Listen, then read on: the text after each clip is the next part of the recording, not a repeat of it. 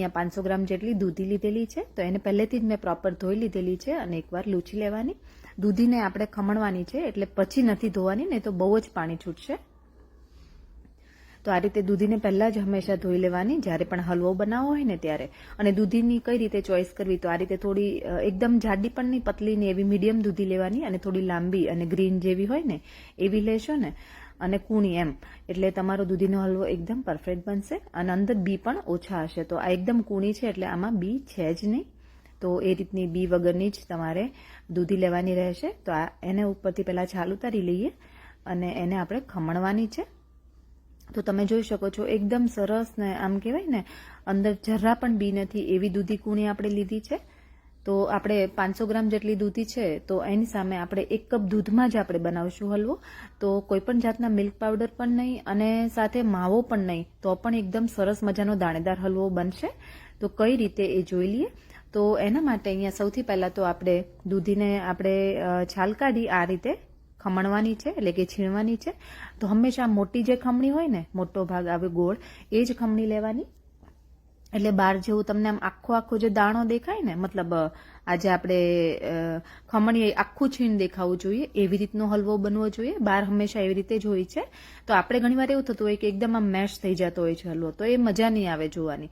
તો આ રીતે તમારે સેમ બહાર જેવો બનાવવો હોય તો આ રીતે મોટલું ઘી એડ કરવાનું છે. હવે ઘી ઓછા ઘીમાં જ તમે 2 ચમચી નાખો તો પણ વાંધો નહીં આવે, કારણ કે આગળ આપણે ઘી પણ બની જશે અને સાથે માવો પણ બની જશે. તો એ કઈ રીતે એ જોઈ લઈશું આગળ. તો આ રીતે 2 થી 3 ચમચી જેટલું ઘી નાખી એને સાતળવાની છે. અને હલવાનો આપણે ગ્રીન કલર આપણે આમાં એડ કરવાના નથી, કોઈ પણ જાતનો ફૂડ કલર. તો ગ્રીન કલર કઈ રીતે જળવાય રહે, દૂધીનો ઓરિજિનલ કલર, તો એના માટે એક ટ્રીક તમને કહું. તો આ રીતે ઘીમાં દૂધીને સાતળવા દેવાની છે. બિલકુલ પણ એને ઢાંકવાની નથી કે અંદર પાણી એડ કરવાનું નથી. આ રીતે ધીરી ફ્લેમ પર જ સાતળવાની રહેશે ઘીમાં. તો આ રીતે સાતળવાથી દૂધીનો કલર એવો ને એવો રહેશે અને ટેસ્ટ પણ જરા પણ નહીં બદલાય, એટલે એકદમ આમ બફાઈ ગયેલો જેવો ટેસ્ટ પણ નહીં આવે. તો એ સતળાય ત્યાં સુધીમાં આપણે બીજી વસ્તુ કરી દઈએ. તો એના માટે અહીંયા અમે થોડા કાજુ અને બદામ લીધેલા છે, તો એને હું કટ કરીશ. તો આને રફલી જ કટ કરું છું, થોડા મોટા મોટા રાખીશ અને એને આપણે સાતળી લઈશું. એટલે સાતળેલા કાજુ બદામ હશે ને તો એનો ટેસ્ટ બહુ જ સરસ આવતો હોય છે, એકદમ અંદરથી ક્રન્ચી અને આમ બફાઈ નહીં જાય એમ. એટલે આ રીતે અલગથી આપણે ઉપરથી એડ કરશું સાતળીને. તો આ રીતે બધા જ કાજુ બદામને કટ કરી લીધેલા છે. અને અહીંયા તમારી ચોઈસ પ્રમાણે તમારે ડ્રાયફ્રૂટ નાખવાનું રહેશે, તમે પિસ્તા પણ એડ કરી શકો. હવે અહીંયા સાતળવા માટે એક પેન લેવાનું છે અને આ પેનનો યુઝ જ આપણે કરીશું આગળ માવો બનાવવામાં. માવો કઈ રીતે બનાવવાનો છે ઇન્સ્ટન્ટલી એ આપણે જોઈ લઈશું. તો સૌથી પહેલાં તો અહીંયા અડધી ચમચી જેટલું ઘી લેવાનું. ઘીમાં જ આને સાતળો છો તો બહુ ટેસ્ટી લાગશે. તો અહીંયા ઘી બહુ ઓછું લીધેલું છે, કારણ કે કાજુ બદામની ક્વોન્ટિટી વધારે છે. તો ઓછા ઘીમાં પણ આ રીતે સરસ રીતે સતળાઈ જશે. એટલે બધું ઘી આપણે યુઝ થઈ જશે એટલા માટે, કારણ કે આપણે પૂરતું ઘી જ પહેલાં લીધેલું છે સાતળવા માટે દૂધીને, એટલા માટે. તો એકદમ સરસ થોડા લાઇટ બ્રાઉન જેવા થાય ને એટલે આપણે એને કાઢી લેવાના. તો થોડું ઘી બચ્યું છે, જો આટલું જ, તે પણ કંઈ વાંધો નહીં. એના અંદર આપણે 1 કપ જેટલું દૂધ નાખવાનું છે. હવે આ બધી પ્રોસેસ પેરેલલ થાય છે, એટલે દૂધી ત્યાં આપણે સતળાય છે સરસ, ત્યાં આપણે અહીંયા દૂધ પણ સરસ ઉકળી જશે. તો 1 કપ દૂધમાં જ આપણે બનાવીશું. તો તમે જોઈ શકો છો દૂધીમાંથી પાણી પણ થોડું છૂટું પડવા મળ્યું છે અને ઘી પણ થોડું છૂટું પડવા જ લાગ્યું છે. તો આ રીતે એને સરસ સાંતળવા દેવાની અને વચ્ચે વચ્ચે 1-2 વાર હલાવવાનું. તો તમે જોઈ શકો છો દૂધમાં એક ઉભરો આવી ગયો છે અને 2 મિનિટમાં જ આ દૂધ બનીને રેડી થઈ જશે. એટલે કે આનો હલવો ઇન્સ્ટન્ટલી કઈ રીતે બનાવો તો એક સિક્રેટ તમારી સાથે શેર કરીશ. તો 1 કપ દૂધમાં એકદમ એક ઉભરો આવે ને પછી 1 કપ જેટલી ઘરની મલાઈ મેં યુઝ કરેલી છે. તો તમને એવું થતું હશે આમાં મલાઈ, આમ માવાનું કહે છે ને, પણ હા, માવા વગર દૂધમાંથી હલવાને દાણેદાર કઈ રીતે બનાવો એ સિક્રેટ છે આ. તો એકદમ ઇઝી જ રીત છે.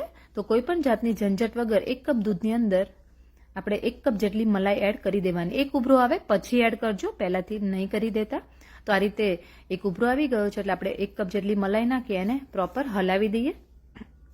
હજી પણ આને એક ઉભરો આવવા દેવાનો છે. તો આને ઉભરો આવતા બિલકુલ પણ વાર નહીં લાગે અને એકદમ ઘટ્ટ થઈ જશે દૂધ આપણું. તો તમે જોઈ શકો છો એકદમ સરસ મજાનો ઉભરો આવી ગયો છે. તો ગેસની ફ્લેમ બંધ કરી દેવાની. અને અહીંયા દૂધી પણ સરસ સતળાઈ ગઈ છે અને દૂધ નાખ્યા વગર કે પાણી નાખ્યા વગર કે ઢાંક્યા વગર આમનામ જ એટલી સરસ ચડી ગઈ છે. તમે જુઓ, આપણે આ રીતે દબાવી જોવાનું દાણો. તો સરસ મજાની ચડી જ ગઈ છે. તો આને ઓછા ટાઈમમાં અને ઓછી મહેનતમાં થઈ જશે આ હલવો. હવે આ ટાઈમે તમારે એના અંદર જે આપણે આ મિશ્રણ બનાવેલું છે એને ગરમ જ એડ કરી દેવાનું છે. તો આ રીતે ગરમ એડ કરવાથી એમાં દાણા છૂટા પડશે, એટલે દૂધીની અંદર માવા વગર આમાં એકદમ દાણા જેવું થઈ જશે અને ટેસ્ટમાં બહુ જ સરસ લાગશે. તો એકવાર આ રીત જરૂરથી ટ્રાય કરજો. હવે આને આપણે ચડતા વાર નહીં લાગે, કારણ કે દૂધી ઓલરેડી ચડેલી જ છે.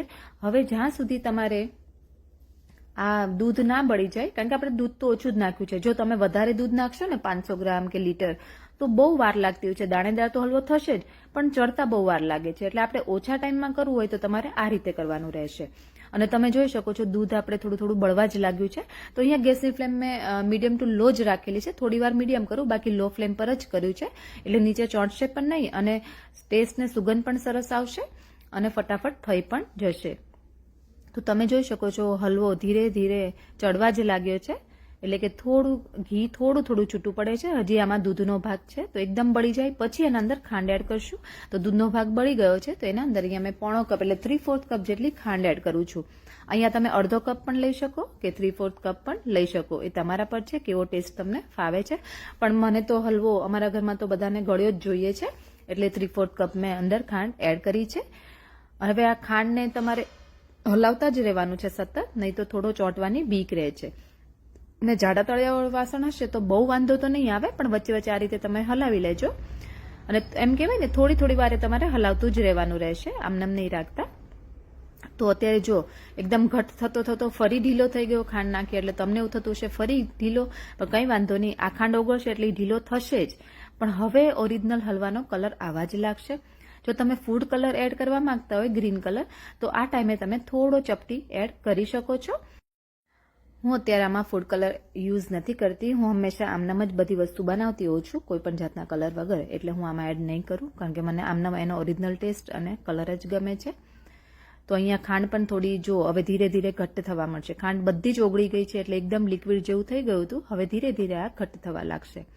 અને આ ટાઈમે મેં મીડિયમ ફ્લેમ રાખી સતત એને હલાવતી રહું છું, એટલે ફટાફટથી ખાંડ એકદમ ઓગળી પણ જશે અને ઘટ્ટ થઈ જશે આપણો હલવો. એટલા માટે તમે જોઈ શકો છો એનો ગ્રીન કલર સરસ મજાનો આવી જ ગયો છે. અને હવે જ્યાં સુધી ઘી ના છૂટું પડે ત્યાં સુધી થવા દેવાનું અને વચ્ચે વચ્ચે આ રીતે ફરી હલાવતું રહેવાનું છે.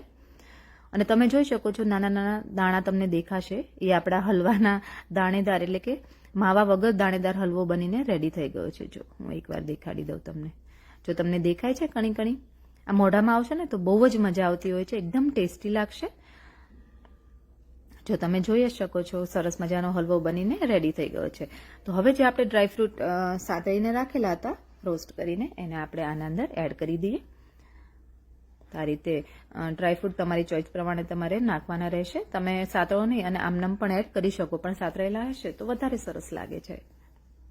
અને ઘી પણ સરસ છૂટું પડી ગયું છે અને તળિયું પણ છોડી દીધું છે હલવાએ. જો એનો મતલબ કે આપણો હલવો પરફેક્ટ છે. તો બધું જ દૂધ સરસ બળી જાય પછી જ તમારે ખાંડ એડ કરવાની, એટલે આપણે